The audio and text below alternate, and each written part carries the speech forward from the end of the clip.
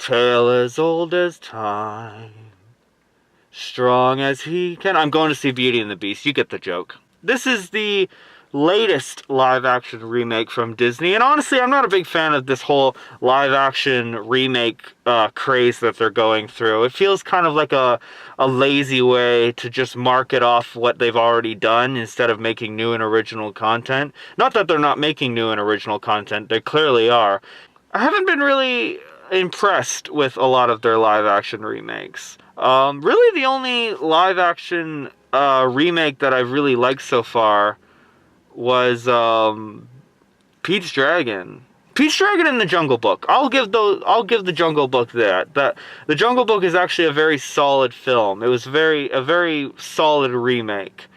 But Pete's Dragon was the one that I really liked.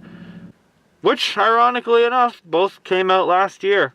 So, hopefully that means that Disney's kind of on the right track with these remakes. They kind of figured out what they're going to do with them.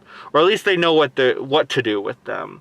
A lot of controversy going on about this film. You got the whole LeFou is gay thing, which, I mean, come on, guys. He was so clearly gay in the original animated film. They just weren't very blunt about it. They were very, they kind of, it was mostly done through subtext. I mean, he's clearly got a hard-on for Gaston. He sings a whole song about how much he loves Gaston. The other scandal is apparently Emma Watson is getting a lot of flack from feminists. All those hardcore feminists are saying that she's a hypocrite because she posed for Vanity Fair and showed a little bit of side boob.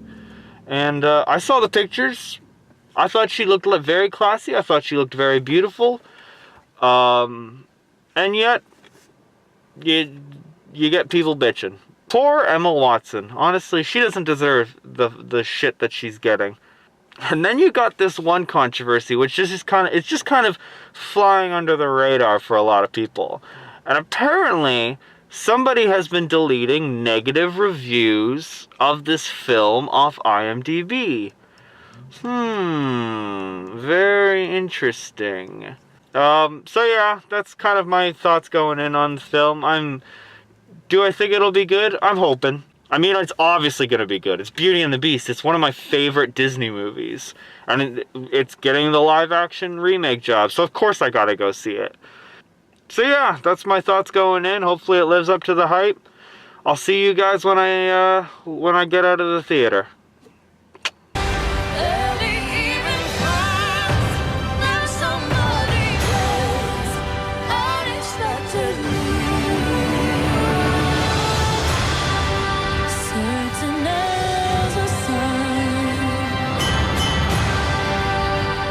In the east,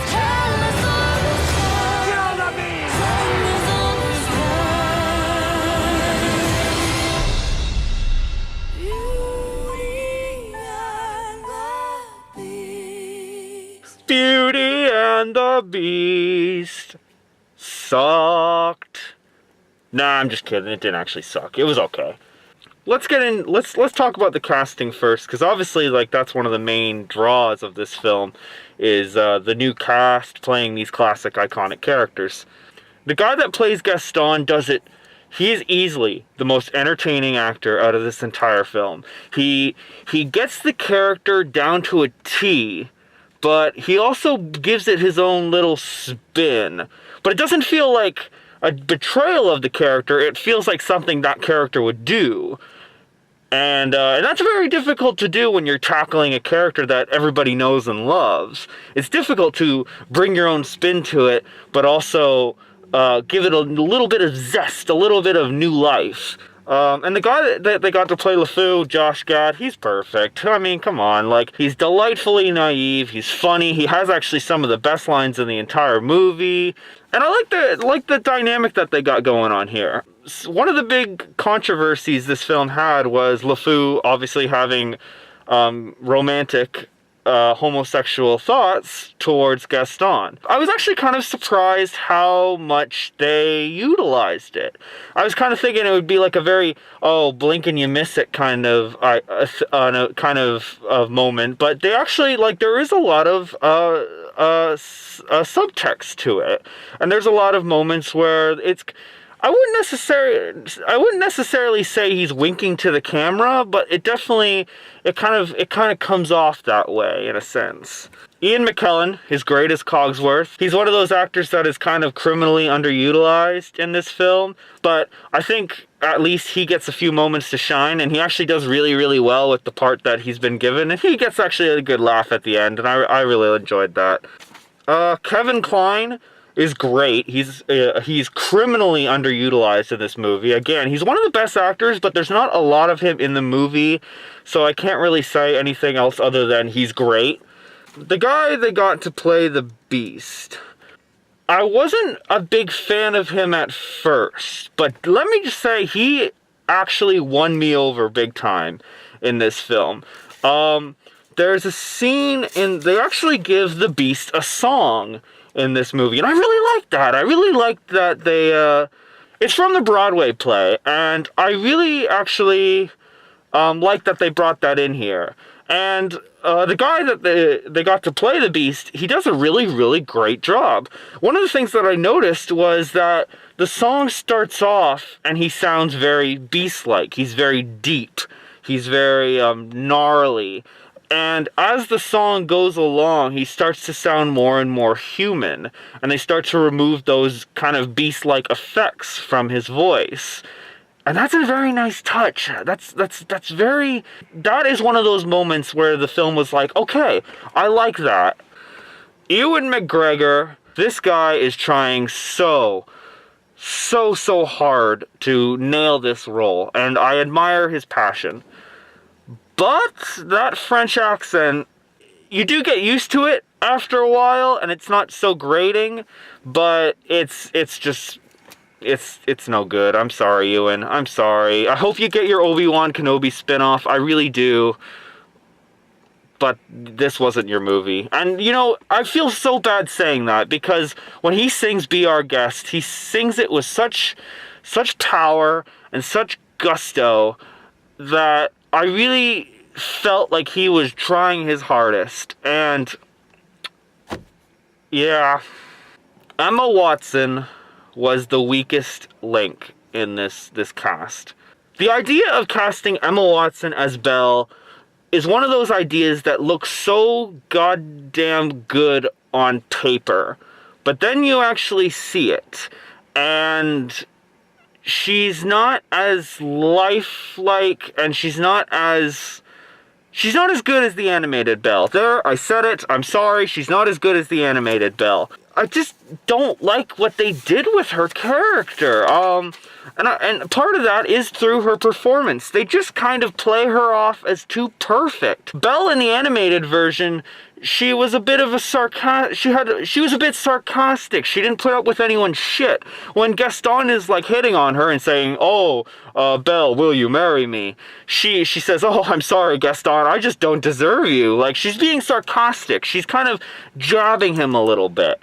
This one, she politely refuses him. And, like, that's just not as interesting. That's just not as interesting. They tried to make this Belle too polite and too perfect. They were trying to make her too good of a role model. And sadly, by doing that, it took away some of her charm. Oh God. And the singing in this film. I heard through the internet that they auto-tuned Emma Watson. And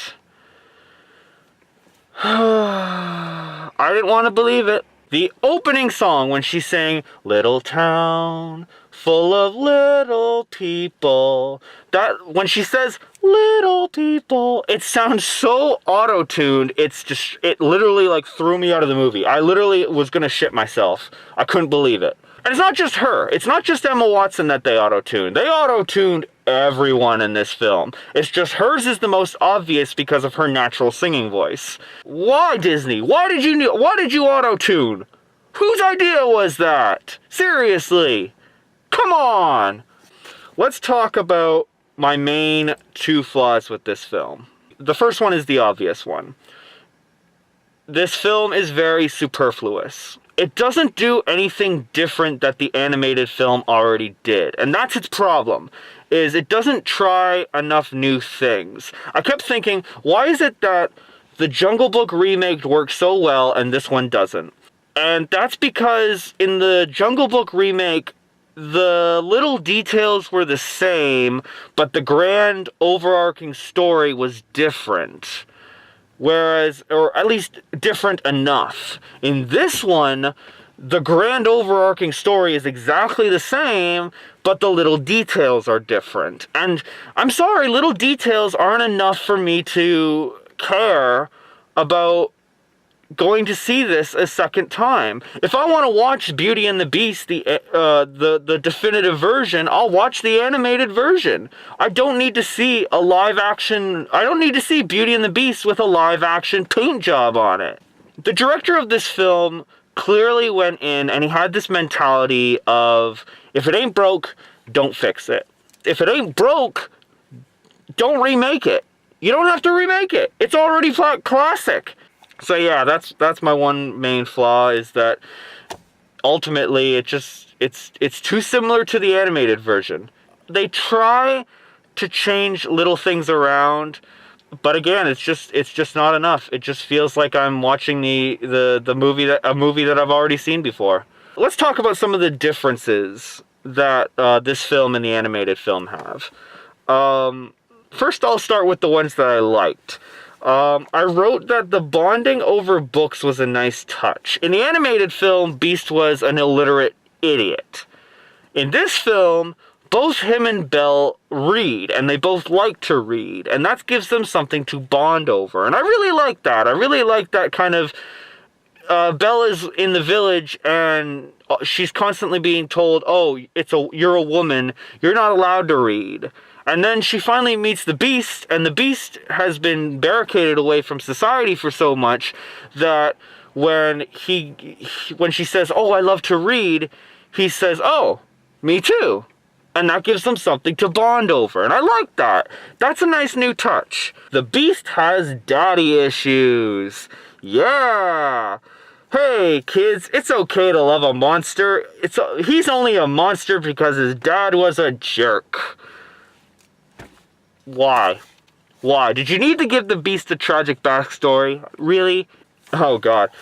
A lot of people complain about the animated film, saying that Belle is Stockholm Syndrome, which I totally disagree with. Mainly because she doesn't fall in love with the Beast until after he stops being a dick to her. And that's a key difference between somebody who has Stockholm Syndrome and somebody who doesn't. This one, however, is going a completely different route. They're giving her a Florence Nightingale effect. Yeah! That's why she cares for the Beast, because she had to take care of him after he was wounded. It lacks subtlety, I wrote. It lacks subtlety. The very opening of the film, contrast that with the animated film. In the animated film, the film opens and it's very quiet. It's very, ominous. You're being told the flashback through stained glass windows. It immediately sets you in the mood. This one, they just do a flashback. So it never feels like it's going too far enough. And the perfect example of that, the wolf fight. In the animated version, the wolf fight feels epic. You get goosebumps every time you watch that fight. And it feels more powerful because it feels more intense. When the Beast is fighting the wolves, he's rolling around and he's like throwing wolves off, and the wolves are jumping on him and biting into his skin. You see them like bite and like pull chunks of skin. It feels intense, and the music is playing, and in this one, it feels a little too conventional. It feels almost like, oh, this is the wolf fight now, so let's just film the wolf fight. It didn't feel like they captured the right emotional beats that the animated film did. And that's partially due to the fact that it's live action. That's kind of its Achilles heel, is that it's trying to do the things that the animated film did so well, but the animated film did them so well because it's animated. And yeah, that's just its main flaw, is that I've seen this movie done before and I've seen it done better, unfortunately. So anyway, that's everything I wrote on this movie. Obviously you can tell I didn't really like it. But, that being said, it is still Beauty and the Beast. It is still a tale that I really love. Me personally, I wanted something a little bit different. If I want to watch the animated movie, I'll watch the animated movie. I have it at home. Heck, you know what? I might go home and watch it I might go home and watch it just because it's that timeless to me. I'm probably never going to watch this again. So yeah, that's my thoughts on Beauty and the Beast. Hope you hated it. I bet you did. Especially all you Disney and Beauty and the Beast fanboys. Or fangirls. Thank you for watching. Like this video if you did. If you didn't, dislike it. I don't care. Subscribe if you want to see more videos. And I'll see you in the next parking lot thoughts. Ciao.